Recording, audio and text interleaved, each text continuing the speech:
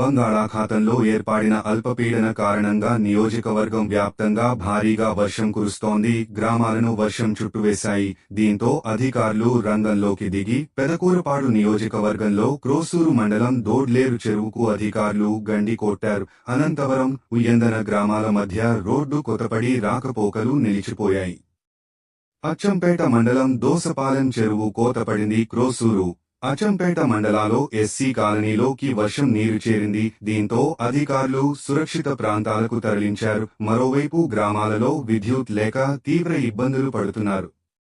పెదకూరపాడు నియోజకవర్గంలోని వరి, పత్తి, మిరప పంట పొలాలు పూర్తి నీట మునిగాయి. తక్షణమే ప్రభుత్వం రైతులను ఆదుకోవాలని డిమాండ్ చేస్తున్నారు.